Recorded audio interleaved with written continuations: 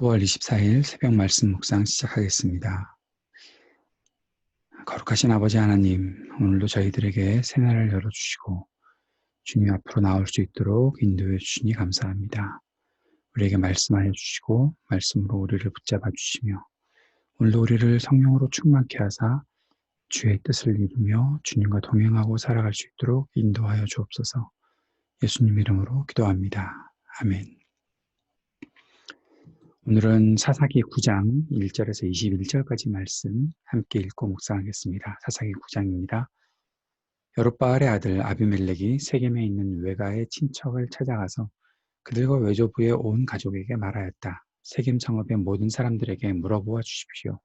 여룻바알의 아들 70명이 모두 다스리는 것하고 한 사람이 다스리는 것하고 어느 것이 더 좋은지 물어보아 주십시오. 그리고 내가 여러분들과 한 혈육이라는 것을 상기시켜 주십시오. 그의 외가 친척이 그의 부탁대로 세겜 성읍의 모든 사람에게 그가 한 말을 모두 전하니 그들의 마음이 아비멜렉에게 기울어져서 모두 그는 우리의 혈육이다 하고 말하게 되었다. 그들이 바알브릿 신전에서 은 70양을 꺼내어 아비멜렉에게 주니 아비멜렉이 그것으로 건달과 불량배를 고용하여 자기를 따르게 하였다. 그리고 그는 오브라에 있는 아버지의 집으로 가서 자기 형제들 곧 여룻바알의 아들 70명을 한 바위 위에서 죽였다. 그러나 여룻바알의 아들 막내 아들 요단만은 숨어 있었으므로 살아남았다. 세겜 성읍의 모든 사람들과 밀로의 온 집안이 세겜에 있는 돌기둥 곁에 상수리 나무 아래로 가서 아비멜렉을 왕으로 삼았다. 사람들이 이 소식을 요담에게 전하니 그가 그리심산 꼭대기에 올라가 서서 큰 소리로 그들에게 외쳤다. 세겜 성읍 사람들은 내 말을 들으십시오. 그래야 하나님이 여러분의 청을 들어주실 것입니다. 하루는 나무들이 기름을 부어 자기들의 왕을 세우려고 길을 나섰습니다. 그들은 올리브 나무에게 가서 말하였습니다. 내가 우리의 왕이 되어라. 그러나 올리브 나무는 그들에게 대답하였습니다. 내가 어찌 하나님과 사람을 영화롭게 하는 이 풍성한 기름 내는 일을 그만두고 가서 다른 나무들 위에서 날뛰겠느냐. 그래서 나무들은 무화과 나무에게 말하였습니다. 내가 와서 우리의 왕이 되어라. 그러나 무화과 나무도 그들에게 대답하였습니다. 내가 어찌 달고 맛있는 과일 맺기를 그만두고 가서 다른 나무들을 위해서 날뛰겠느냐. 그래서 나무들은 포도나무에게 말하였습니다. 내가 와서 우리의 왕이 되어라. 그러나 포도나무도 그들에게 대답하였습니다. 내가 어찌 하나님과 사람을 즐겁게 하는 포도주 내는 일을 그만두고 가서 다른 나무들을 위해서 날뛰겠느냐. 그래서 모든 나무들은 가시나무에게 말하였습니다. 내가 와서 우리의 왕이 되어라. 그러자 가시나무가 나무들에게 말하였습니다. 너희가 정말로 나에게 기름을 부어 너희의 왕으로 삼으려느냐. 그렇다면 와서 나의 그늘 아래로 피하여 숨어라. 그렇게 하지 않으면 이 가시덤불에서 불이 뿜어 나와서 레바논의 백향목을 살라버릴 것이다. 이제 여러분이 아비멜렉을 세워 왕으로 삼았으니 이 일이 어찌 옳고 마땅하다고 할 수 있겠습니까? 이 일이 어찌 여룻바알과 그 집안의 고마움을 표시하는 일이라고 하겠으며 그가 이룬 업적에 보답하는 것이라 하겠습니까? 나의 아버지가 여러분을 살리려고 싸웠으며 생명을 잃을 위험을 무릅쓰고 여러분을 미디안 사람들의 손에서 구해내지 않았습니까? 그런데도 이제 여러분은 나의 아버지의 집을 대적하여 일어나 70명이나 되는 그의 아들들을 한 바위 위에서 죽이고 우리 아버지의 여종의 아들 아비멜렉을 여러분의 혈육이라고 하여서 오늘 세겜성읍 사람을 다스릴 왕으로 삼았습니다. 여러분이 오늘 여룻바알과 그 집안에게 한 일이 옳고 마땅하다면 여러분은 아비멜렉과 더불어 기쁨을 누리고 그도 여러분과 더불어 기쁨을 누리게 하십시오. 그러나 그렇지 않다면 아비멜렉에게서 불이 뿜어 나와서 세겜 성읍 사람들과 밀로의 집안을 살라버릴 것이며 세겜 성읍 사람들과 밀로의 집안에서도 불이 뿜어 나와서 아비멜렉을 살라버릴 것입니다. 요담은 도망하여 부엘로 가서 피하였다. 그는 자기의 형 아비멜렉이 두려워서 거기에 머물러 살았다. 9장 시작부터 다시 한번 여룻바알이라는 이름을 말하고 있습니다. 8장 후반절부터 기드온을 칭하면서 여룻바알이라고 말하고 있는데 바알이 대항할 것이다. 이 이교도들의 이름이 사용된다는 것. 그리고 9장에서는 계속 이 여룻바알이라는 이름이 사용되고 있는 것을 보아서 기드온이 결국 그의 잘못된 행동으로 말미암아 아들과 또 이스라엘에게도 큰 영향을 준 것이 분명하다. 그렇게 보게 됩니다. 여룻바알의 아들 아비멜렉, 세겜에 있는 첩의 아들이라고 소개했었지요. 정식 아내로 들어오지 못하고 뭐라고 표현할까요? 여러 아내가 있었고 세겜에 첩이 있었다. 다른 여인들과는 정식으로 결혼을 했던 것 같습니다. 그런데 이 여인과는 결혼하지 못하지 않았을까? 아직 결혼을 못한 것인지는 잘 모르겠지만 어쨌든 다른 70명의 아들들과는 좀 달리 취급했던 것이 아닐까. 그러나 그에게는 아비멜렉이라는 이름을 주면서 왕의 아들 기드온이 자신을 굉장히 앞에 내세우고 자신이 왕이 되고 싶었던 그런 가운데서 여인을 만나고 그 여인에게서 아들을 낳은 그런 부분이 아닐까 싶습니다. 총애했던 것이 아닐까 그런 생각도 듭니다. 꼭 그렇지 않더라도 어쨌든 여러 가지 추측을 해볼 수 있겠네요. 그런데 이 아비멜렉이 세겜에서 자신이 거기서 태어났으니까 그 사람들을 설득해서 자기가 왕이 되어야 되겠다 얘기합니다. 그런데 이 절의 말이 좀 재밌습니다. 여룻바알의 아들 70명이 모두 다스리는 것하고 한 사람이 다스리는 것하고 70명이 모두 다 다스릴 수가 있겠습니까? 뭐 자기가 여룻바알의 아들들이 뭐 왕이 되고자 한다면 그 중에 장자가 되거나 뭐 그런 식으로 해야 될 텐데 이상하게 사람들을 설득했겠죠. 이 말에 설득당하는 사람들도 이상하죠. 그래서 세겜 사람들은 자기의 혈육이다 그러면서 그 안에서 태어나고 그 안에서 자랐으니까 그랬겠죠. 그래서 아비멜렉을 지지하기로 합니다. 그래서 돈을 줬죠. 은 70양을 주니까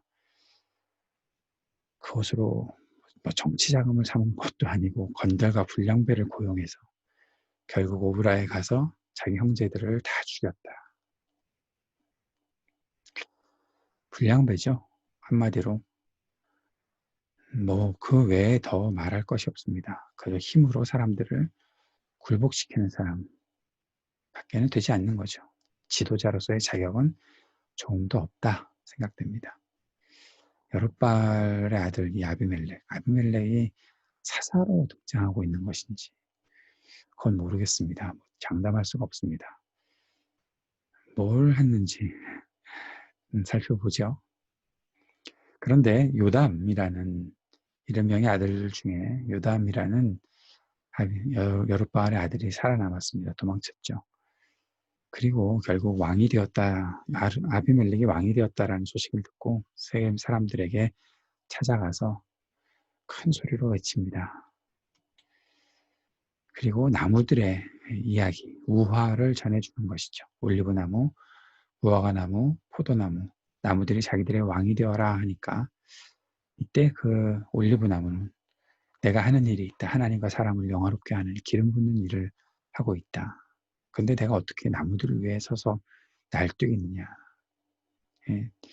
지금 이 상태에서 왕이 된다는 것은 사람들을 굴복시키고 날뛰는 것, 그것에 지금 비유하고 있는 거죠.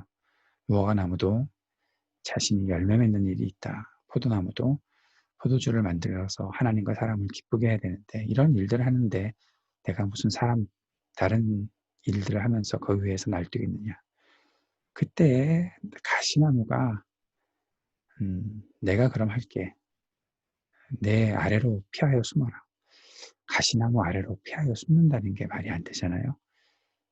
그 자체에서 찔리면 어떡합니까? 그런데 와서 숨어라. 그런데 그렇게 또 하지 않으면 불이 뿜어져 나와서 살라버릴 것이다. 더 고통스럽게 할 것이다. 아비멜렉이 한 일은 그런 것이라는 거죠. 내가 왕이 되겠다. 내 다스림을 받아라.